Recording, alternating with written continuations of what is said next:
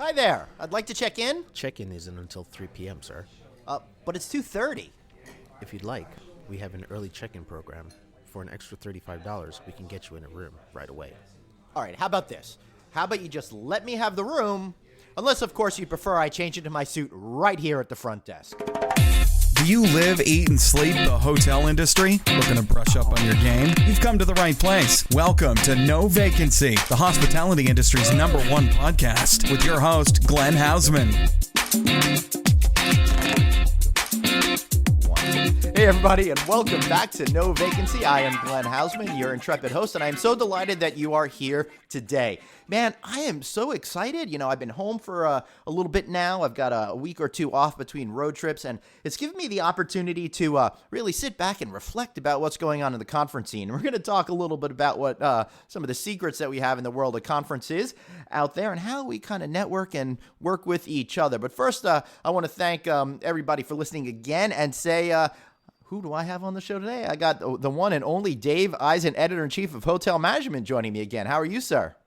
That is me, my man, and I know it's posting Yom Kippur on this podcast, but I will say Shana Tova to you and all your Jewish listeners out there. So, yes, and Shana Tova to you as well. We got to get, it's really funny. I spent a lot of my time wondering why people can't seem to get the Jewish holidays ever figured out, but I really did a little soul searching, and I realized I'm having trouble getting some of the other holidays figured out. Like, I'm not quite sure about Ramadan and Diwali and all of these things, and I'm kind of a little bit embarrassed, Dave. You know what? I'm kind of with you on that. I wouldn't be too embarrassed. I couldn't tell you when Rosh Hashanah. Being Jewish, I don't know when. I know when Hanukkah is because I know. And it's easier because you have like an easier chance of getting one of the days since it's 7 days long, so you can probably guess maybe one of the days, So, but yeah, it's tough keeping track of all of them, But I'm aware of the ones where I don't have to come to work, so those are the ones that So you weren't paying attention to Columbus Day this week, then? No, because Columbus Day is one of those weird, And by the way, it's now, I think in Seattle they're calling it Indigenous Day. Yes, Indigenous Peoples Day. Mm-hmm.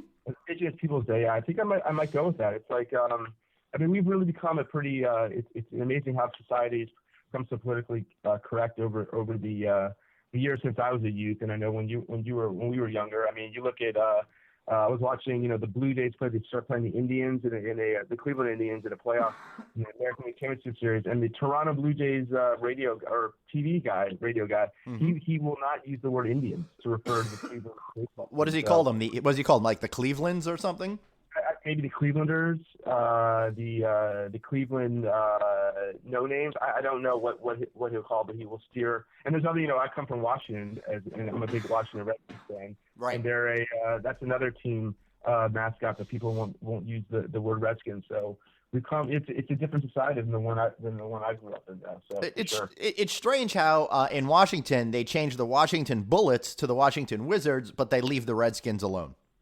And that was another big thing. And, it's actually funny you brought. Well, I don't know if you brought that up. Well, coincidence. Someone wore I believe a Bullets hat to school the other day, somewhere in DC, and he got either detention or sent home or suspended for wearing it. So, it's back in when I was a huge Bullets fan, being a DC guy, and I think the name's kind of.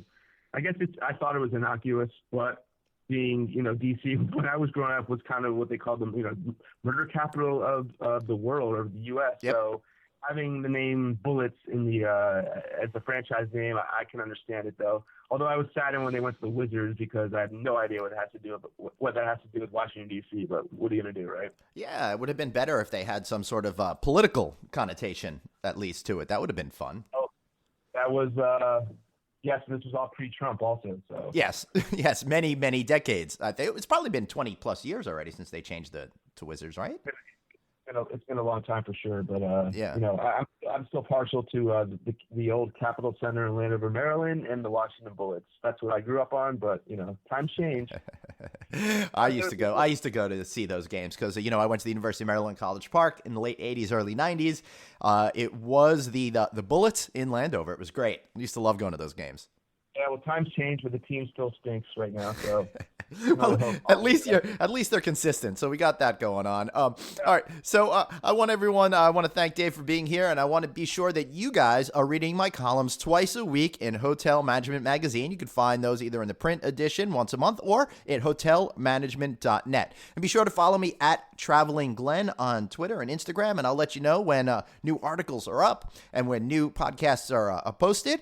And please make sure you like us up there on iTunes, because if you don't, you're going to force me to a position of having to panhandle for likes on a Manhattan street corner, and that's just going to be sad and depressing. And Dave, we don't like it when I'm sad or depressed, do we? Oh, no, and I would have let you move in with me, but my girlfriend recently moved in, so I got no more space. Sorry. Hey, congratulations. Probably, I got to tell you, Dave, you're a wise man moving in with her rather than me, you know? There you go. So, Dave, I hear you have an interesting customer service story for me. Yeah, well, I always like to bring little, anecdotes into our conversation, little stories that I find interesting. So I've written about in past about customer service and what that means for companies nowadays. You know, companies are so large nowadays, and when you bring it back to hotels, you know, these large loyalty programs, but how do you really connect with customers, right? I mean, I get countless, and I'm sure your listeners do, you do, emails from different companies, from different hotels.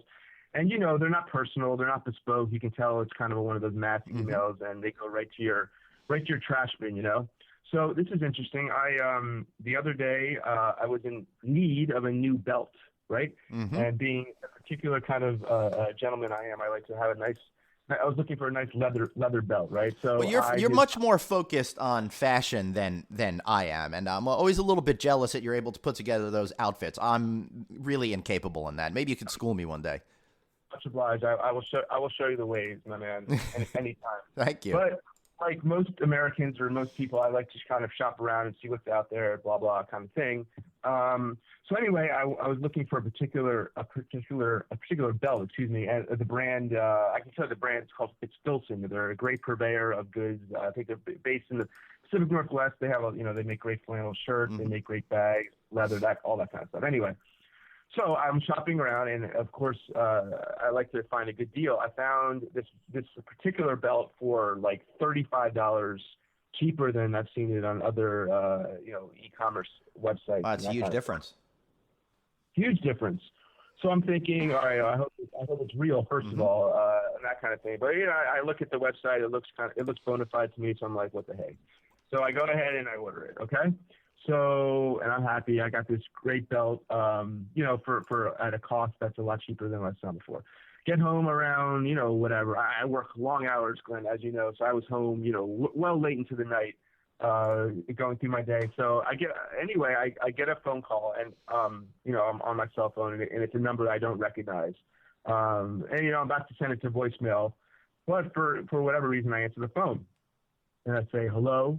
And he goes, "Hi, is this David?" I said, "Yes, this is him." He goes, "This is Eli from Backcountry." Now, Backcountry is the website that I bought this particular belt from. And I said, "Hi, Eli, how are you?" So I'm thinking maybe there's something wrong with my order. Yeah, of course. Although usually you would get an email from that. So I was kind of shocked that I was getting a phone call. He goes, "This is Eli from Backcountry. I saw you ordered this the belt from our company. I just wanted to thank you and welcome you to the Backcountry community." Awesome. I said, "Oh, hey." I go, "Eli, it's great to be part of your community." He goes, "Yeah, he goes, I'm going to be your point of contact going forward for any kind of, your relationship with the website. Anytime you have any questions, really, you have any order questions, anything, run them by me. After this call, I'll send you my personal email. You'll have that. And I look forward to a long, kind of relationship with you." And I said, "That's great, Eli." And I was kind of I was actually flabbergasted because I was trying to come up with something pithy to say, like I usually do. Right. I couldn't even think. I was just like, man, that's unbelievable that you would actually call me and I'd have a conversation and start it that way. And I said, "Thanks, Eli. Have a good night." And not, 20 minutes later, I got I got an email from Eli. It was a personal email. "Hi, David." It wasn't one of those kind of, ones that were pre-written kind of thing. It was just kind of, "Thank you. It's nice to meet you, or, meet you on the phone," all that, blah, blah, blah. And I was, I've never, and that's the thing, and bringing it back to hotels maybe, I've never had a e-commerce kind of interaction, like that ever. Well, most of the time, you can't even find a human being or a phone number to call or even an adequate email address to connect with people. I have this guy now and I've always said it, and there's been a lot of literature written about it, that the retail community really has always got it right when it comes to customer management. And it's something I think hotels can learn from. Now, this is a guy now that whenever I have a question or if I want to buy something, let's say, do you think I'm going to think, I'm going to go back to this website. I'm going to go back to that company and say, if they have it, I want to work with these guys. Right. Because they're literally engaging me on a one-to-one basis, and now I have this point of contact there that I can literally call, because he gave me his cell phone number too. I could text this guy if I wanted to, email him. And it's something small like that. I mean, can you imagine if H Honors or Merit Awards, if you had someone literally that could be kind of your one-on-one, almost like could be like almost like a travel agent kind of relationship. Right. Someone that you can reach out to if you had questions about a hotel, you wanted to stay somewhere, wherever, and you're taking a family to Fort Lauderdale, the Caribbean. Hey, what's the Marriott product there? What's the Hilton product there? And I really want to kind of get granular, and I want someone to be able to kind of and maybe it's for a higher level for the rewards program if you have a higher level of points or what have you. But I mean that's the kind of engagement that I'm looking for when I'm working with a company. You know what I mean? When I'm giving a company, my money, my time, I want that kind of result, that comeback. So, just another small story that I think people can learn from, other companies can learn from. So I think that's a great story, and I think it really puts out a great point that in our very big techno-fueled society, we're starting to lose out on that personal connections. And as hotels start to become more technologically advanced and we are not necessarily making that connection with people in the hotel because of automation, I think it becomes even more important to find new ways to connect in a meaningful way with customers. Right, Dave? Yeah, I mean, and just to back up on the story again. So I got the belt, right? And of course, because I don't know how to order, and apparently I don't know what my size is. The belt was too small, right? Mm-hmm. So I go, and usually when this happens, I'm like, oh, I have to do the headache of a return now. But I was like, what I did this morning? I hopped on my phone, I replied to Eli. I said, Eli, my belt was too small. I want to return it, blah blah blah.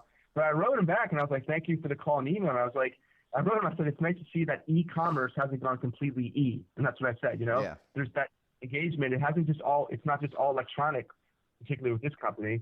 There's a personal one-on-one relationship. And now, I'm sure I'll get an email back from him and walking me through the process and that. So it's just, it's great. It's great to have that. And more companies, I think, would learn a lesson from a company like Backcountry that's doing that. Yeah, not to take too much back to the Jew thing, but for Rosh Hashanah, I was up in Providence, Rhode Island, to see some of the spouse's family up there. And we stayed at the Providence Marriott, which is owned by Maya Jabara. And what I liked is 3 to 5 days, I don't remember exactly what, prior to my arrival, I got a great email from them. And what it was all about was it was weather that was happening in the area and all of the activities and points of interest that were happening in that market. And it was really all about their understanding that I'm not coming to Providence to stay at their hotel. I'm coming to Providence to explore Providence. And they gave me a lot of reasons to want to stay with them in the future for just giving me an indication of what is going on in the neighborhood. I really felt like just that one little bit of communication really helped me focus a little bit on what I wanted out of my travel experience and made them that conduit to experience. And I think that you're talking about the same thing, upping the experience through that sense of personalization and feeling like you matter. Right, and you hit on I think you hit on a trend there. That is going to be. It's not a fad, and that's that. And I think it goes back to if you look 10, 20 years ago, when hotels are marketing themselves, it was like, come to our hotel. This is like, it was all about the hotel, the box, the actual property, the real estate. Come to our hotel. Stay at our great rooms, enjoy our spa, enjoy our F&B, that kind of thing. But if you see the way it's kind of gone nowadays, hotels, the way they engage their guests, they go for that experience, but they're literally like, come to our hotel. But, you're, like you just said, you're not coming just to the Marriott Providence. You're coming to Providence. So we want to tell you what's in the city. We want you to explore the city, that kind of thing. I think that's the new way that companies are reaching out to their guests to kind of promote. Obviously, they want you to stay at their hotel, but they're promoting the destination more so than even the actual property sometimes. Which makes a lot of sense, and it seems awfully logical, and it makes me wonder why, as an industry, we didn't realize this before. It's a strange phenomenon. It's things. It's the way our kind of popular taste, I think, moves. The one thing that I do have to always say, though, and this is kind of a tangent, but if I do hear the word experience one more time come out of a hotel executive's mouth, I don't know what I'm like. What is? Here's the thing, but and everyone is different. But what is really an experience anymore? I mean, when I hear an executive say, we're creating this kind of experience now at our hotel that's different from all the other ones, whether it's like, an experience to me is Game 7 at a World Series and a walk-off home run. That's an experience, that's something I've never forget. So I this word experience gets thrown around so often. I'm like, yeah, okay, we're creating an experience here, and I just kind of I don't know what the definition of an experience is anymore sometimes, because it's used so loosely. And apparently every hotel that I've ever gone into, or every hotel brand executive I've spoken to, they have the best experience going. So I don't know what to think anymore. Well, I think the first thing that we need to do, and I've said this before in other venues and on stages, we need to find more words than just experience, because I'm getting real tired of saying experience 100 times every single time I'm doing a presentation. It's driving me bonkers. I think the hotel brand executives should be walking around with a thesaurus, or they can hire you to be their wordsmith, and you can be like their Roxanne in the movie and just stand outside the door, and when it's time for the word experience to come up, you can provide them with something. I like that. I like that idea, and I like the idea of being somebody's Roxanne. Hopefully, the one from the Steve Martin movie, and not from the Police song. Yes, the Steve Martin movie, but I don't think your nose is that long, so I think you're okay for now. Awesome. All right, so I think it makes a lot of sense that we really need to figure out ways to better connect with guests in an interesting, different, organic type of a matter. And I think that everybody here is listening. Road Warriors, tell me how you think you would like hotels to interact better with you, and drop me a line at glenn@rouse.media. That's GLENN @ROUSE.media. And hoteliers, do the same thing. Send me a note and tell me about all the interesting, innovative ways that you're better connecting with guests. Now, Dave, we just came out of the lodging conference, and we had a really good time at that event. What a great, exciting atmosphere. I talked to Bruce Ford last week on the show all about the event, but one of the things that I keep going back to is all of the funny things that happens when we're relationship networking. And make sure you read my conference cocktail party survival guide at Hotel Management. It's up there now. But I've got another article that just came out, and it's the 4 ultimate truths about conference relationship networking. And Dave, I know that you got your strategies out there, but for today, I wanted to talk a little bit about the stuff that makes me laugh. All of the unspoken things that we talk about. Sound good to you? Let's do it, man. All right. So, essentially, conference etiquette, it's really a complex, unspoken dance for event attendees, right? It's a time to catch up with old friends and colleagues and hopefully meet some new people too. But we can't forget the main mission of getting business done, right? But I'm laughing all the time because there's this unwritten social code that we've all seemed to have agreed upon. We never actually sat down and had a meeting on it, but it is something that we've all seemed to arrive at. And, before we start, here's a little disclaimer.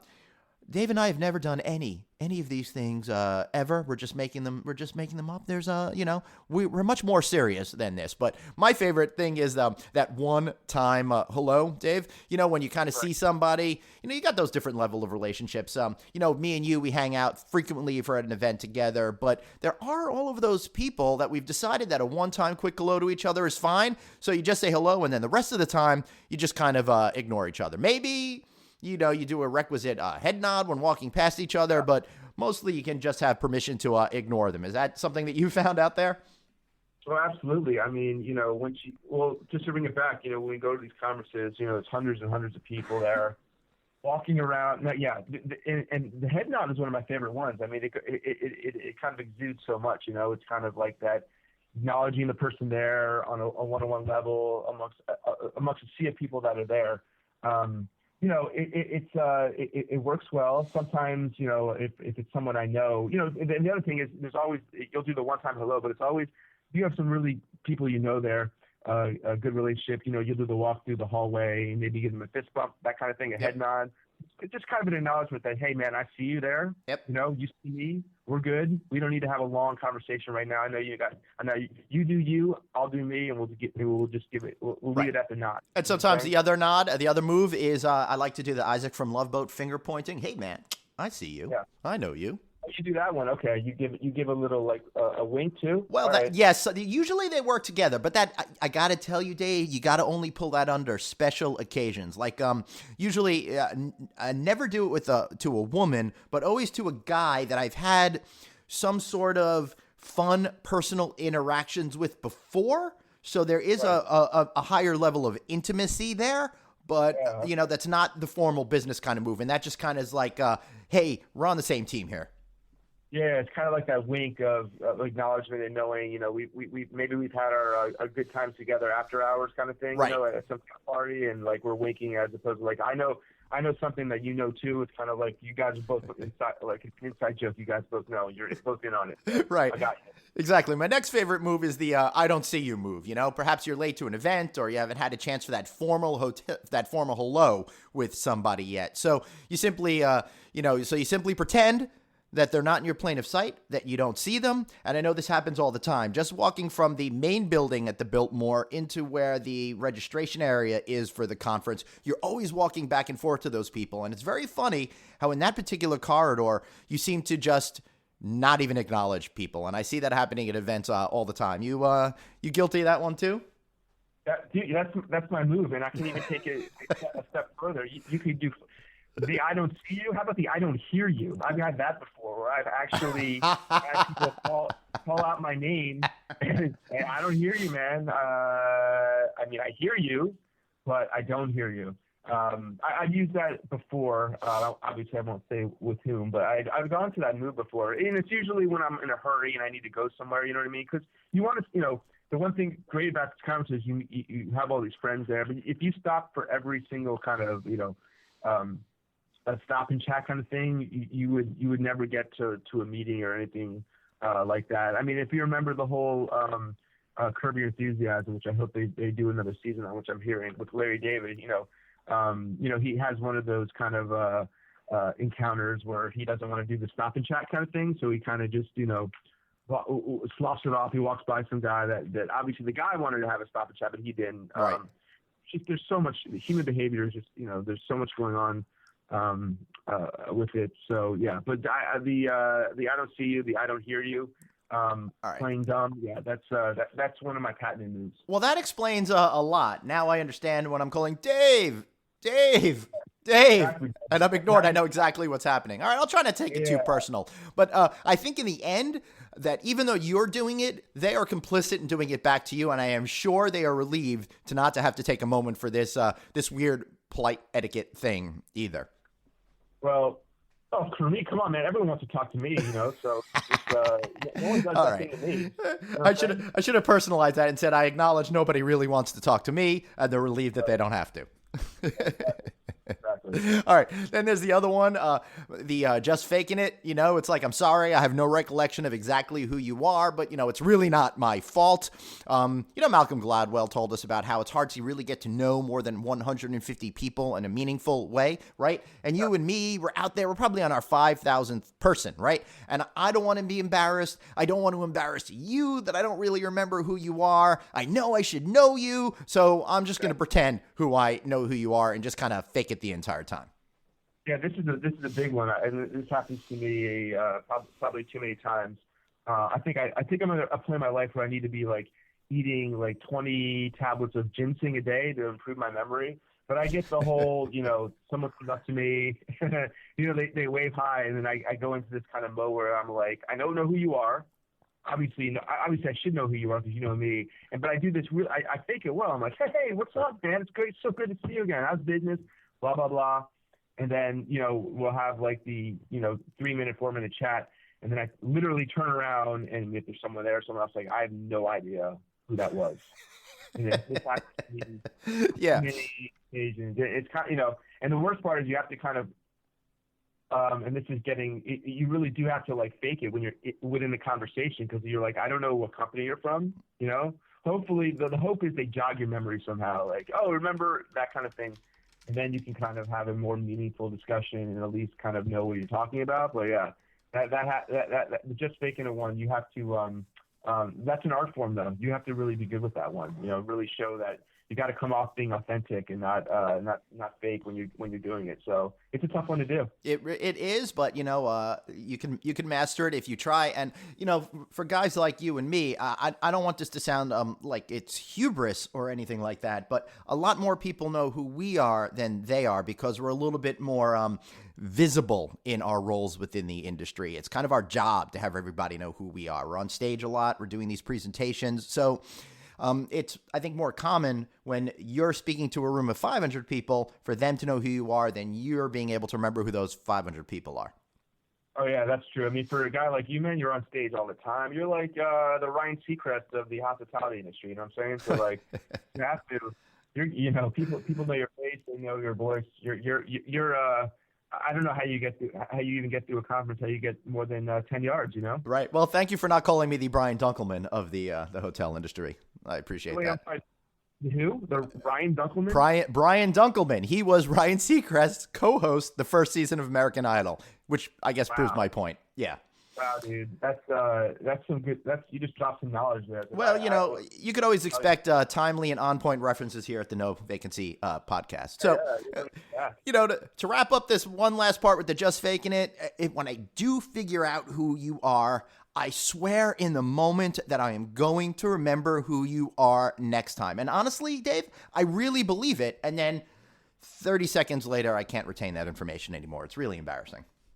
Right. Are you going on to number 4 now? Are you still, yeah. Are you still back? The fourth and final one, the classic name tag peek, right? A close cousin to just faking it is when you totally forget somebody's name, but you need to take a peek at their name tag for a refresher because you know that it's going to tell you all the information that you want to do it, but you really don't want to see them doing it, right? So, if you're in my personal space, then it's really hard for me to take a peek at the name tag. So what I try to do is if I know that I'm going to make eye contact with them and have a personal interaction with them, I try to spy that name tag from afar. You do? You ever do that one? Well, the problem with me doing that is I'm nearsighted, so I can't see that far. Right. If I have my glasses on, it's better, right? But here's the problem with the name tag peak, particularly for a man, and when the name tag peak happens to be on a woman. Now, as you know, the name tag is usually placed. Yep. Can I say bosom? I think you can. That still follows iTunes rules there of cleanliness. The name tag is usually in close proximity to the bosom. So making that peak can sometimes look as if you're leering, and you don't want to be that guy who is known as the leerer, so to speak. So you have to really do it on the sly. You know what I mean? But yeah, yep. I've done this countless times before. But I mean, usually, thank God for the name tag. Sometimes, particularly at our conferences where it has the full name and the company, to kind of jog your memory. But you have to be kind of you got to do it in a kind of a clandestine type of manner. Yeah. To not be caught being that guy. For sure. And I do, Dave, want to take a moment to thank Harry Javer because I think they're the one conference that has such large badges with a large font that it's much easier to see. Yeah, and if I'm correct, next year's conference I believe is over Halloween. It is. If you're gonna it makes it that much easier. If you're wearing a costume next year, you're not as it's going to be a lot easier to do the name tag peek. I think, particularly if you're wearing a mask, also to cover your eyes, maybe something like that. But yeah. I think that's cool. Yeah, let's think about what Halloween costumes we'll wear next year. That'll be fun. Well, what if you could go as any hotelier? Who would you go as, Glenn? Oh my goodness. Well, I'm not sure because I don't want to insult anybody. I mean, now I got to play politics here and think about that. Maybe I'll go as a no, can't do that. Can't. I can go as Bill Marriott because I have a lot of red ties. Right. If you go as Bill Marriott, all you need is a navy blue, a dark suit, and a red tie and a white crisp shirt, and you're Bill Marriott. You're good to go. Nice. All right, I like that idea. I'm going to work on my costume ideas, and if you have a costume idea for me, just shoot me a note at @TravelingGlenn on Twitter, and I've got over a year to prepare, so thank you for that. And the other thing, Dave, the other trick, besides the name tag peek, is if you're with somebody. The two of us are together, for example, somebody comes up that obviously knows me, but you don't know them. I'll do the old, hey, I'd like you to meet Dave Eisen here, and then hope that person introduces themselves with their name. Right. Now, yeah, that's a go-to. You just don't want to get caught in the. If you remember, and I'm giving all these plugs today to Larry David. If you remember the Seinfeld episode where Jerry didn't know the name of the girl he was dating, and he engaged all his George, Elaine, and Kramer to do the same thing, but they could never get it out of her, and we know where that one snowballed into. So just as long as they come back, and I've used that before for sure, and usually it works, but sometimes it doesn't, and then you're even. Yep. And it's even more awkward. So you got to make sure that it works out in your favor. Yeah. Oh, Dolores. Oh yeah, there you go. Right. Sometimes I'll get in trouble and I'll just cop to it immediately because if you're going to try to lie your way out of it, it's going to be it's going to be a mess. To come clean and be like, hey man, or I totally forgot your name and your company and who you are. You could just kind of let me know. That would be great. Yeah, I'm so sorry that I forgot you existed on this planet. My apologies. Exactly, but at least you're being honest, right? Yep. All right, any other fun things come to your mind on this topic? Trying to think.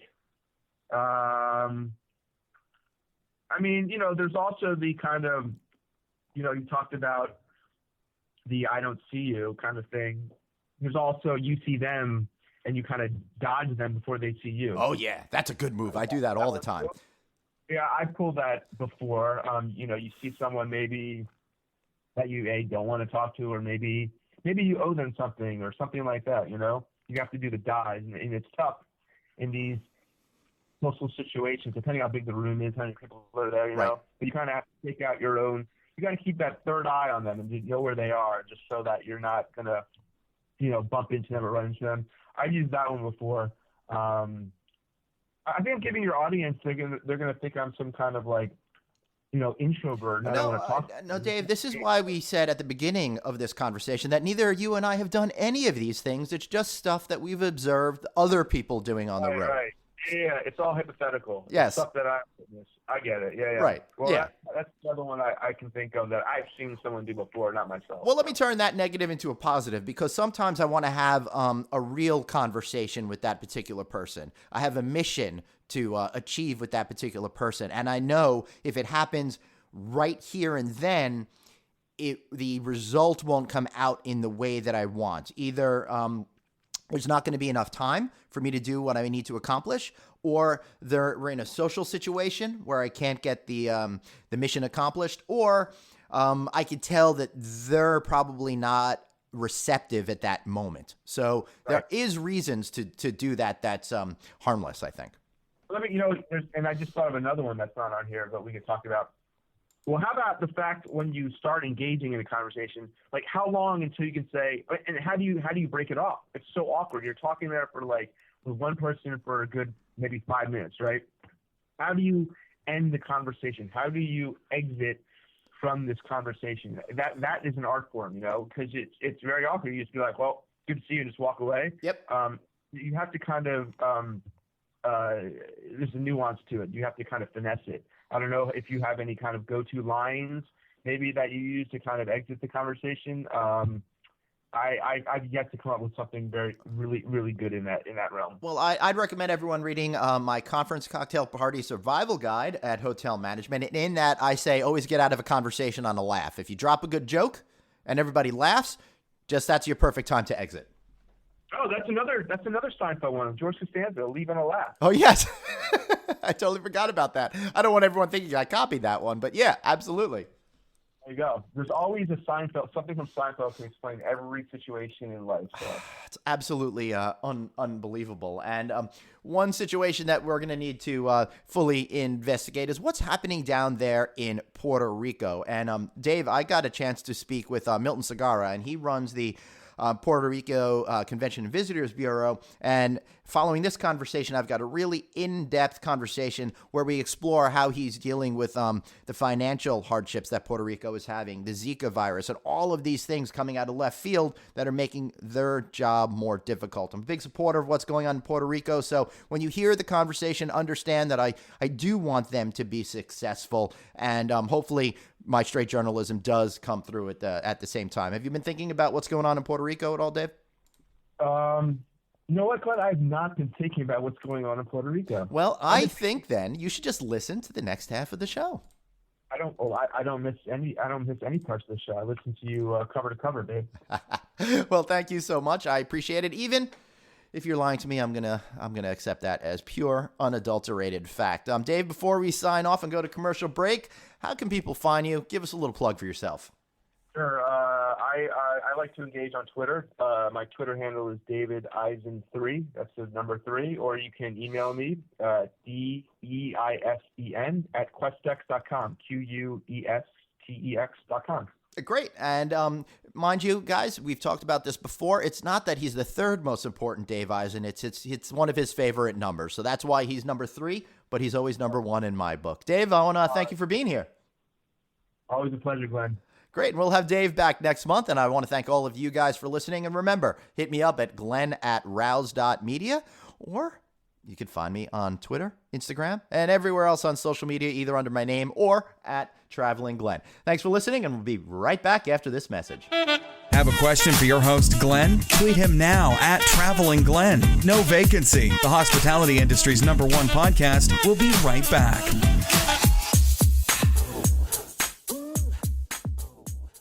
Get a $50 Best Western gift card when you stay 2 separate times. Plus, enjoy breakfast and free high-speed internet. Rewards members get even more when you book direct at bestwestern.com. Visit bestwestern.com for terms and conditions. Each Best Western branded hotel is independently owned and operated.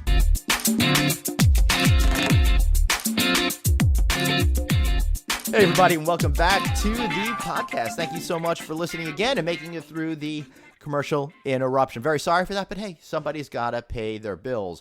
Today, I've got with us a very brave man, Milton Segarra. He's the president and CEO of Meet Puerto Rico, and they are a nonprofit and organization created to help drive that meetings and convention business all the way down to Puerto Rico. And don't let me forget, incentive meetings. What a great place to hold one of those. Milton, welcome to the show, sir. Thank you so much, Glenn. It's a pleasure for me to be with you and your listeners. So thank you so much. I'm here to engage with you in a very nice conversations, as always, and talk about tourism, what we love, what we do, and the challenges and the things we're doing for Puerto Rico to maintain our position as one of the preferred organizations and destinations in the Americas, and certainly enhance our position as such. So I'm here looking forward to talk to you. Yeah, and I'm really glad that you're taking the time to do this. I mean, you guys are getting pummeled these days, and for you to come and speak to me is just such a great thing. And usually, I'm very jealous of people, but sadly, Milton, I'm not really jealous of you right now because you have got your work cut out for you, and you are working hard, you are working overtime, but you are getting results even with all the negativity that your island is being slammed with constantly. How do you keep positive and keep sending that great message out that Puerto Rico is really a great place to come and hold events and do that kind of business? Well, 2 things in order to accomplish that. Number one is that the fact of the matter is that we are a very good destination, and we do have the assets and the experience to make sure that people, when they select Puerto Rico, they can come and they can enjoy a very nice and safe vacation in Puerto Rico. However, the second thing into that is that we do have an excellent portfolio of members of our organization. From small hotels to big time hotels, a beautiful convention center, all the facilities, all the entertainment, the cuisine, the history, the culture, the entertainment that really brings you and push you to move forward. Because the fact of the matter is, as I said at the beginning, is that we do have several situations that the perception in the U.S. primarily has been affected because of the zika and certain financial problems the central government has had for the last 2, 3, 5 years. But the fact of the matter to that, Glenn, is that still people are coming to Puerto Rico. Yes. People are enjoying what we do. They're coming as leisure guests. They're coming as groups or associations or corporate or incentives. But the thing is this: we need to face that things are changing. The nature of traveling has changed. We've been affected by safety-related issues, not only in the U.S., but primarily in Europe and some other countries. But as well, the health-related situations are affecting the way we travel and the way we decide where to go and what to do. Okay. So being that the new norm, we need to make sure we step forward. And in both instances, in this case, Puerto Rico doesn't have any safety problems. But in terms of health, what we're doing is making sure that when people select Puerto Rico, they will find people that are prepared, that we have the necessary, and we have taken the necessary steps and measures to make sure that Zika it will not be a factor into that, and people are enjoying a very nice and wonderful experience when they come here. Well, terrific. So let's go through each of these challenges that you're having one by one so we could further understand the reality of what's happening. Because one of the things that I find here in the mainland USA is that we are very prone to seeing the headlines and not really understanding the story that's actually happening. And I think you guys are the perfect role model, unfortunately for you, for this thing happening. We've spoken a few times this year, and you could read a couple of the articles I've written about this in the pages of Hotel Management, or check it out at hotelmanagement.net to learn more about it. But the first thing I want to talk about is the financial fiasco that's happening. None of these problems are the fault of yourself or any of the folks in the hospitality industry, but there is a budget shortfall. And one of the things that I find is, you may be having these problems, quote unquote, financially, but they seem to me to be more numbers on a page, not actually affecting my ability to go down there on a vacation or my ability to hold a meeting down there. Why do you think people are confused about what's really happening when it comes to the tourism side of the business? Yes, and that's very important to mention, and perhaps go right after the jugular here and explain exactly what's going on. The fiscal situation that Puerto Rico is facing, it's a situation that encumbers the central government.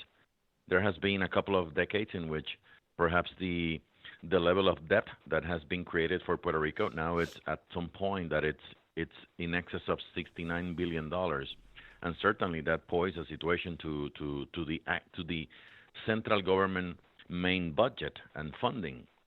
So the good thing about this is that with the support of President Obama and the Congress in the States, a new law was enacted back in summer in which it has presented a new form in which I believe is going to be the best solution to try to balance the budget and certainly reorganize the debt levels of Puerto Rico's debt. So with having said that, I think that will take care, and the credibility and the access to capital of Puerto Rico will come back, and certainly will continue the central government type of efforts and services they have to provide, which at no point has been interrupted any time whatsoever. Right.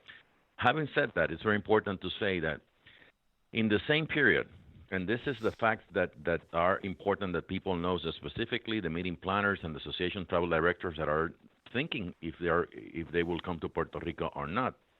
At no point, any services that we offer as a destination, as a first-class destination, has been interrupted. The hotels, the transportation, the restaurants, the convention center, all the facilities, has been maintained in top shape, providing the service that people is paying for and expecting to receive when they come to such a warm weather destination as Puerto Rico. Right. Having said that, it's important to mention that in the last decade, more than $3.3 billion has been invested in new developments in the tourism industry in Puerto Rico. Wow. Remarkable when you take into consideration the other scopes of other segments of our economy. But in this one has kept growing. People have been investing, not only local companies, but other multinational companies, as Marriott, as Hilton, individual investors, as John Paulson from New York and some others, has invested billions of dollars because they believe the type of product we have, it's good. And certainly numbers in this case is the best example that regardless of the situation the central government has, our industry is in top shape, keep growing, the numbers are coming, and certainly that's a very good indicator to why to keep coming to Puerto Rico. Yeah, and that's one of the things that really frustrates me because I see what a great job you're doing. I hear about all of these projects, but yet Americans still seem to be hung up on a lot of issues that aren't relevant. We're not sitting here today talking about the $20 trillion that the United States government is in debt and how are we going to continue to make those payments. No, we're rather focused on you when, in my opinion, the U.S. Congress has done a lot to make it impossible in a lot of ways for the island to get out from under the debt that they're in. And it's been an unfair burden that's placed on you. I would recommend, I'm sure you've seen this, Milton, if you watched John Oliver's Last Week Tonight, they really get into, be frankly, how you guys have been kind of screwed by the U.S. government when it comes to the finances. Well, the good thing about that is, and I share some of your comments at this point, but the most important thing is that when people travel, they want to free up from this type of conversation, and they come to Puerto Rico. What they're expecting is, hey, I decided to go to a destination in which I really want to enjoy what you are. Right. I really want to enjoy what it's unique for you. What's the type of experience I'm going to get there? Yep. And I believe, regardless of that situation, which has happened in other destinations as well, or cities like Washington D.C. happened a decade ago. Recently, Detroit, places like in Europe, like Spain, is going through a very difficult time. Greece, as we know, but you know what? The only segment that kept going in all those places has been the tourism, the hospitality. In our case, there is no difference. We do have the infrastructure, we have the product, the services are there, the names are there. And certainly that will continue to pick up, and the numbers, the investment we are registering for our industry speaks for itself. Yes, absolutely. And again, I would encourage folks to not worry about the financial issues that you guys are having. Moving on to the other big issue that you have, you're dealing with the Zika issue, which I feel like has been tamped down a little bit. I don't feel like you guys are getting raked over the coals as much as you were before from when like Major League Baseball decided not to play a couple of games in your island. But how are you handling it? How are you making sure that folks not only know it's safe, but are actually going to be fine when they come down there? From what I've been reading, it really seems like it's a non-issue, but people aren't perceiving it that way. Well, it's I agree with you 100%. But the fact of the matter is that in this case, and more in travel, perception is reality. Mm-hmm. And if our main source of or origin of business, like the U.S., they get the perception that there is a very complicated situation in Puerto Rico about Zika, right? Which is not about financial crisis. This is about health. Yes. So this is a different story. And we realize that we are very serious about this, and we understand certain reactions that people have had. Having said that, it's important, and what we've been doing is trying to talk face-to-face if necessary. In our case, Glenn, we have spoken with I don't know how many hundreds of clients, trying to provide the specifics about this. And certainly, we are a warm weather destination. Certainly, we have mosquitoes. We've been dealing with mosquitoes for forever. I mean, we have had chikungunya, we have had dengue, but the fact of the matter is that particular track record has given us the knowledge and how to deal with this. You know, I've never heard mosquito-borne illnesses sound so cool before as the way you just said them. I got to tell you, I think I want to get one now, but not in Puerto Rico because you don't have them. But I understand that sometimes when you're talking about health, some people might be scared, and specifically in this case, and we realize the seriousness of the Zika. So that's a virus that we don't want anyone to be infected, period. Not us here that we live here, obviously, much less people that can visit us. So having said that, we've been working with the local health authorities, with the CDC, and bringing the most up-to-date information to clients. It's safe to come to Puerto Rico.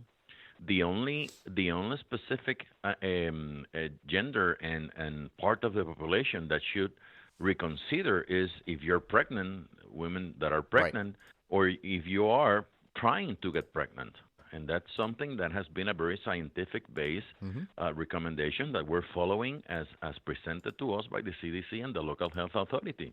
And that's it. Yeah. But the rest of the population, there is no worry. If you come here, you practice, a very nice experience here. You use your repellent and everything, and that should make it happen.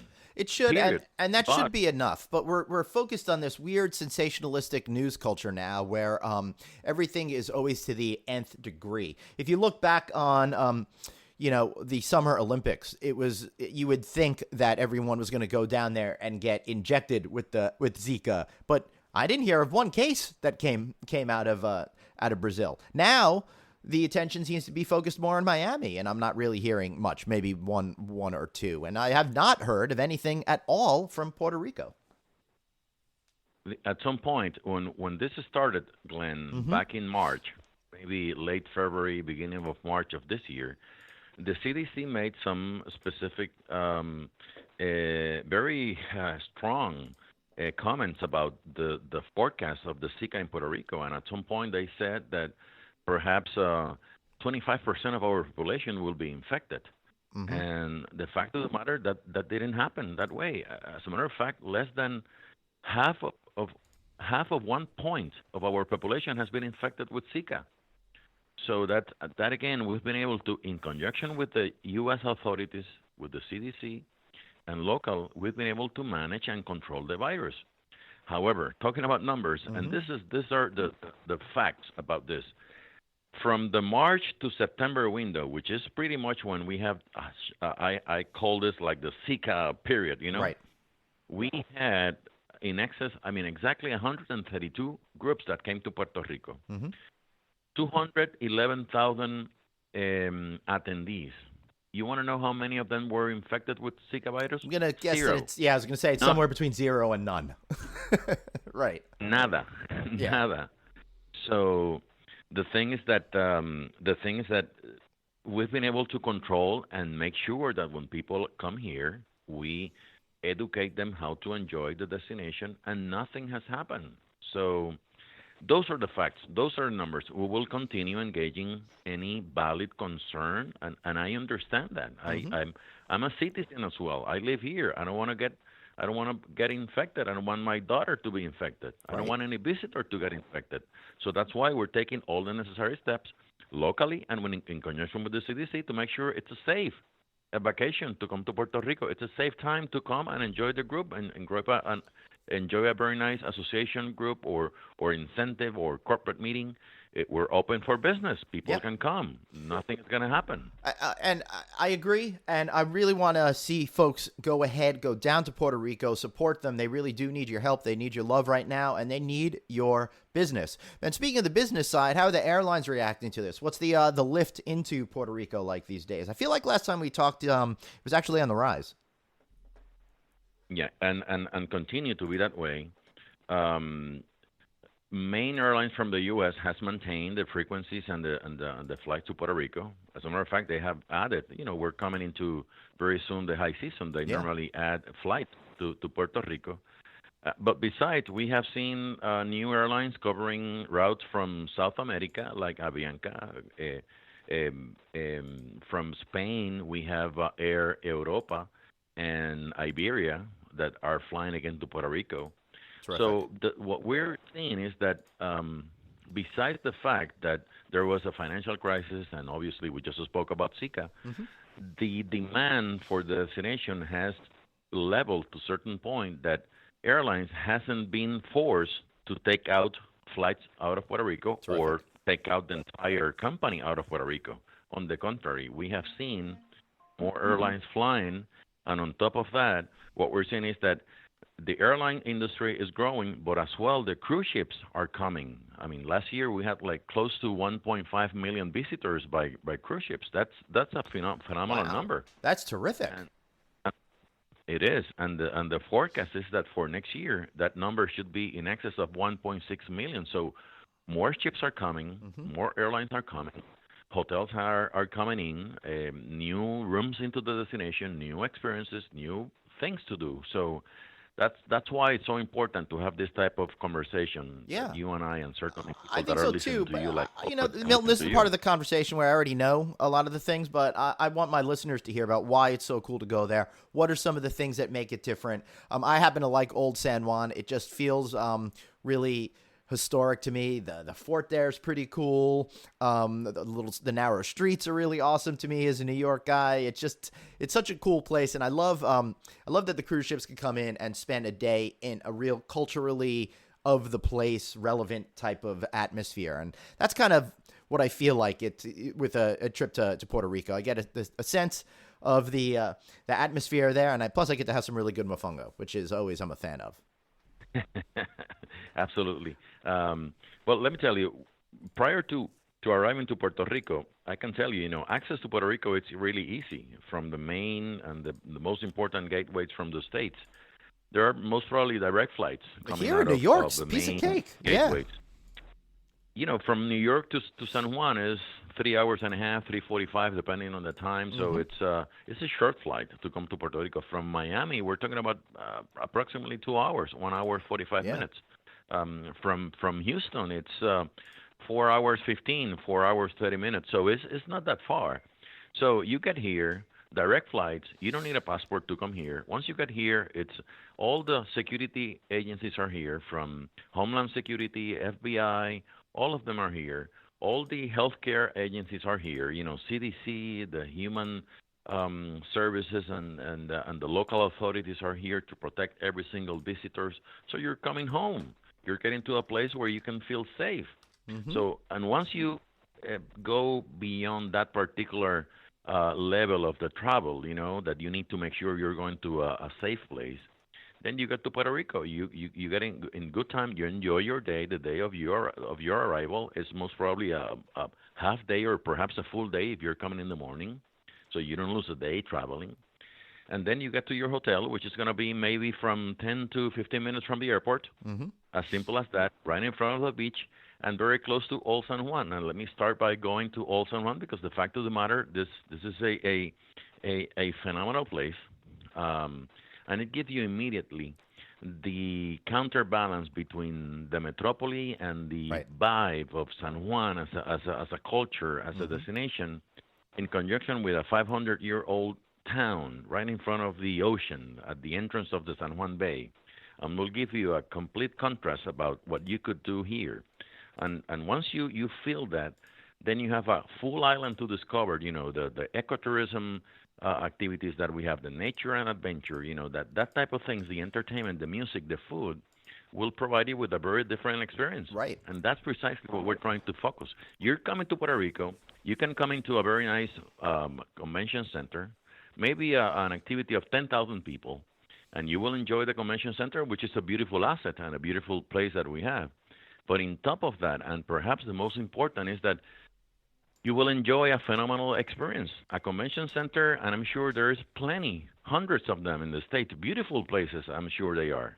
But very few, Glenn, has the opportunity to be nestled here in a phenomenal place like Puerto Rico, where we can offer not only the modern things that you're looking for, from infrastructure to telecommunications, but also to enjoy and get into the real nature and the real greenery and the beach that we can offer as a destination. So it's a very rare and nice combination that we can only offer here in Puerto Rico. Now, the beaches are nice, but that bioluminescent bay out by Fajardo is one of the coolest experiences I think I've ever had in nature.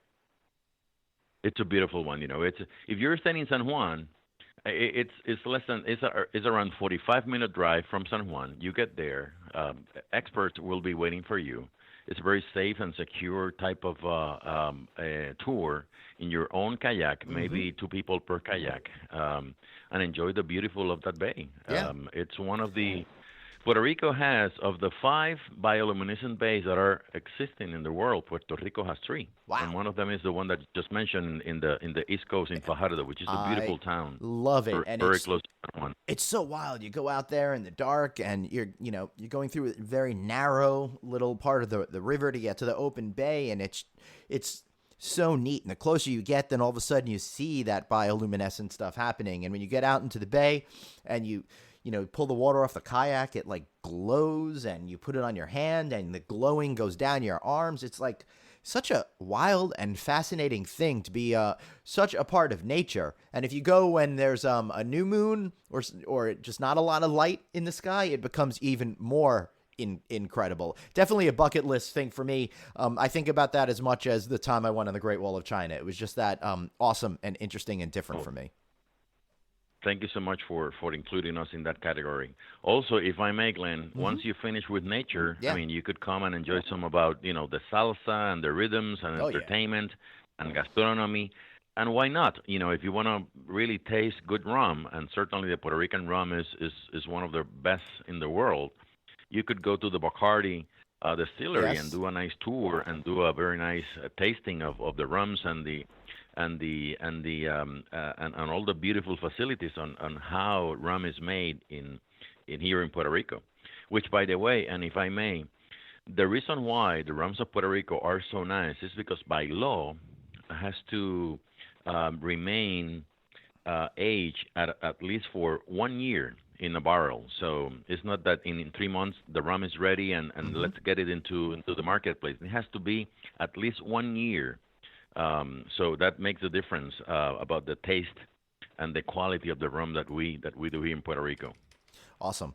I love it. I'm a big fan of the rum. As a matter of fact, I went to a Puerto Rico event a number of years ago, and I held on to some rum. And we're taping this the night after the second presidential debate here in New York, and we pulled out that rum. So my friends were drinking that. So we were thinking of Puerto Rico last night while looking at all the insanity, and I could draw the insanity of the political scene to what you were going through too,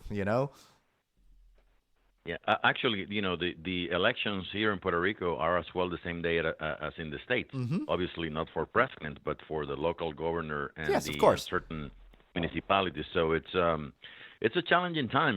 Many changes. Our industry is part of the top 3 industries in Puerto Rico. Pretty much like $7 billion industry into the GDP, the national gross national product, with around 70,000 direct and indirect jobs in Puerto Rico. So this is serious business for us. Yes. That's why for me it's so important to talk to you and your listeners can get to the right conclusions about what we are and what we're not, and that the challenges we're facing will go away, but we're prepared.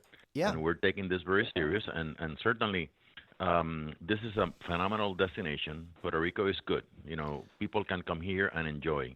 And I was part of a company that did a number of events there, and every single one was great because of the Puerto Rico backdrop. I urge everybody to go check it out because it is something different than the same old locations that you've been to.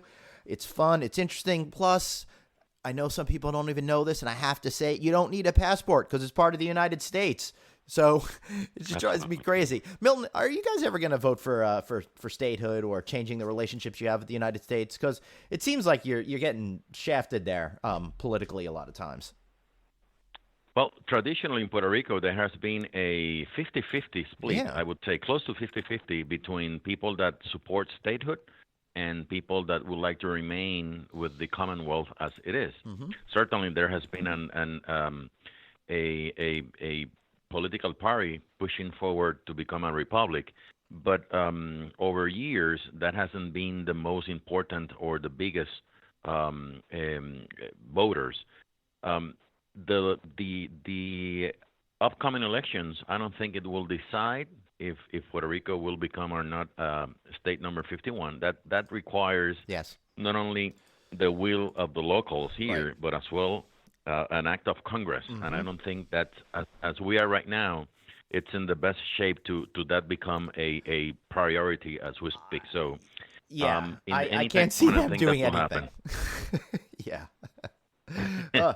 Very frustrating. But I at one point I do hope that it becomes a state, if of course you folks down there want that. I think personally it would be cool, but I'm not involved in the local politics and concerns about culture and all of that. Then the locals might be, but I'd be proud to have it as part of as part of the statehood part of our country. I already feel like I'm part Puerto Rican anyway because I'm from New York, and I think half your island moved up to New York. So, I can tell you, New York, Glenn, is the biggest neighborhood of Puerto Rico. So Yes.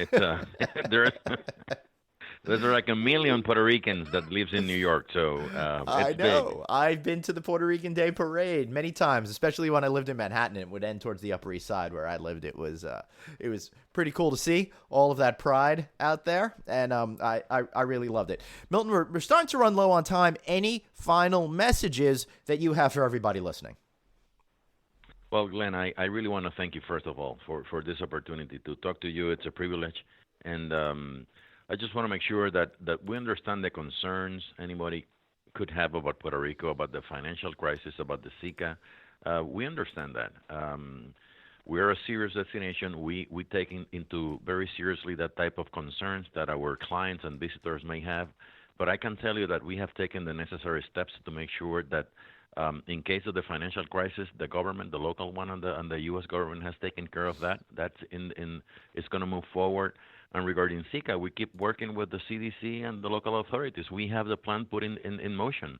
And again, in the last 7 months, we receive 132 groups in excess of 211,000 attendees. Not a single case of Zika. So we're ready, Glenn. Yep. And if you're considering coming to Puerto Rico, sign that contract. Come with confidence, Beautiful. Enjoy the destination, and you'll see this is going to be great. And I would urge everybody to go to cpuertorico.com, where and then you could click on the travel and safe tips link and learn all about the things that Puerto Rico is doing to combat Zika with preparation, prevention, and precaution. I know I sound like I made that up, but I just wrote it off your website there, Milton. And to hold an event, how do they find you or the appropriate website to go to? It's very easy. Please visit meetpuertorico.com, meetpuertorico.com. There you have all the information, all of our sales agents, and our main office is here. And we'll get back with you very, very soon. Great. And I want to thank everybody for listening today. And I urge you to go ahead and do a meeting in Puerto Rico. But if you do, make sure you invite me along because I really want to go back to the bioluminescent bay. Milton, thank you so much for being here today. Thank you, Glenn. Great, guys. And I will be back next week. That is, unless I get a hankering for some good mofongo and head off to Puerto Rico myself. Thanks for listening, and I'll be back next week. Thanks so much for listening to No Vacancy, the hospitality industry's #1 podcast, with your host, Glenn Hausman, online at rouse.media, on Twitter at Traveling Glenn, and on Facebook.com/Glenn.Hausman. We'll catch you next time.